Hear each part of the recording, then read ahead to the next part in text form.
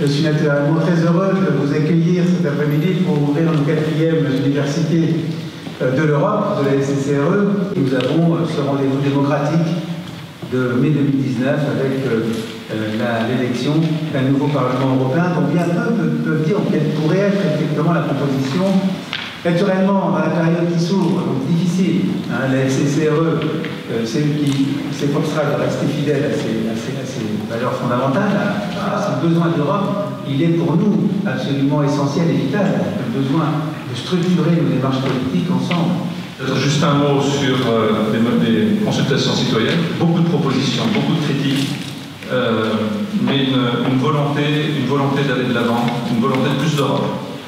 Donc envie de poursuivre le processus et avec des exigences de transparence, d'intelligibilité, de simplicité.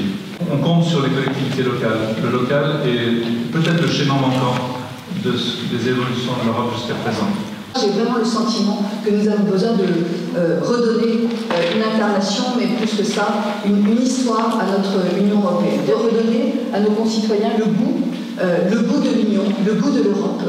Aujourd'hui, c'est un partenariat, j'allais dire, naturel qu'il y a entre la SCCRE et le CNFPT depuis maintenant, je le rappelais, 2003. Aujourd'hui, le secrétariat général des consultations citoyennes a labellisé à peu près 1050 consultations sur l'ensemble du territoire en France. Les collectivités, bien sûr, se sont beaucoup mobilisées. On a eu plus de 50 consultations citoyennes d'organiser sur Strasbourg. Alors, très rapidement, quel enseignement on a tiré? Le premier, c'est que l'Europe ne laisse personne indifférent. C'est vrai, certaines critiques contre l'Europe, mais jamais un rejet absolu de l'Europe. Jamais un abandon de l'Europe. Juste plus d'Europe, une envie de plus d'Europe. Eh bien, on s'est dit peut-être que ce ne serait pas complètement stupide d'organiser une journée de la citoyenneté européenne, c'est le 13 décembre. Et pourquoi? Eh bien, non pas seulement pour donner la possibilité à ceux qui sont déjà convaincus de se retrouver entre eux, mais justement de reprendre le bâton de pèlerin et de dire allez dans les quartiers. Dans les propositions qui ont été faites, donc une grande demande de progression vers l'intégration. Alors là aussi, l'Europe, finalement, elle est au milieu du gué.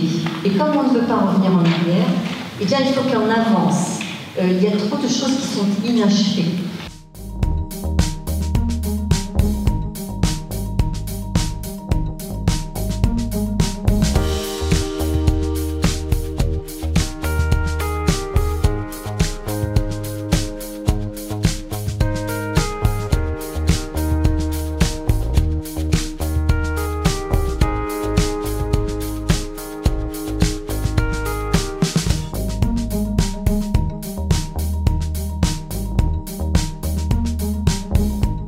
Il est important d'identifier pour chaque porteur de projet là où il a le plus de chances d'aboutir, et pour ce faire, il faut qu'il soit effectivement bien orienté.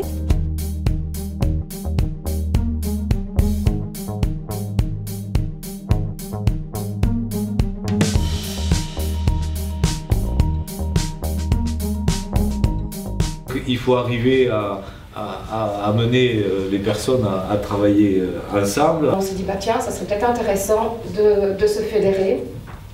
Pour faire simple, c'est un petit peu sur le modèle du CCRE, les associations nationales et quelques gouvernements locaux qui sont associés autour de leur engagement au niveau international dans la coopération.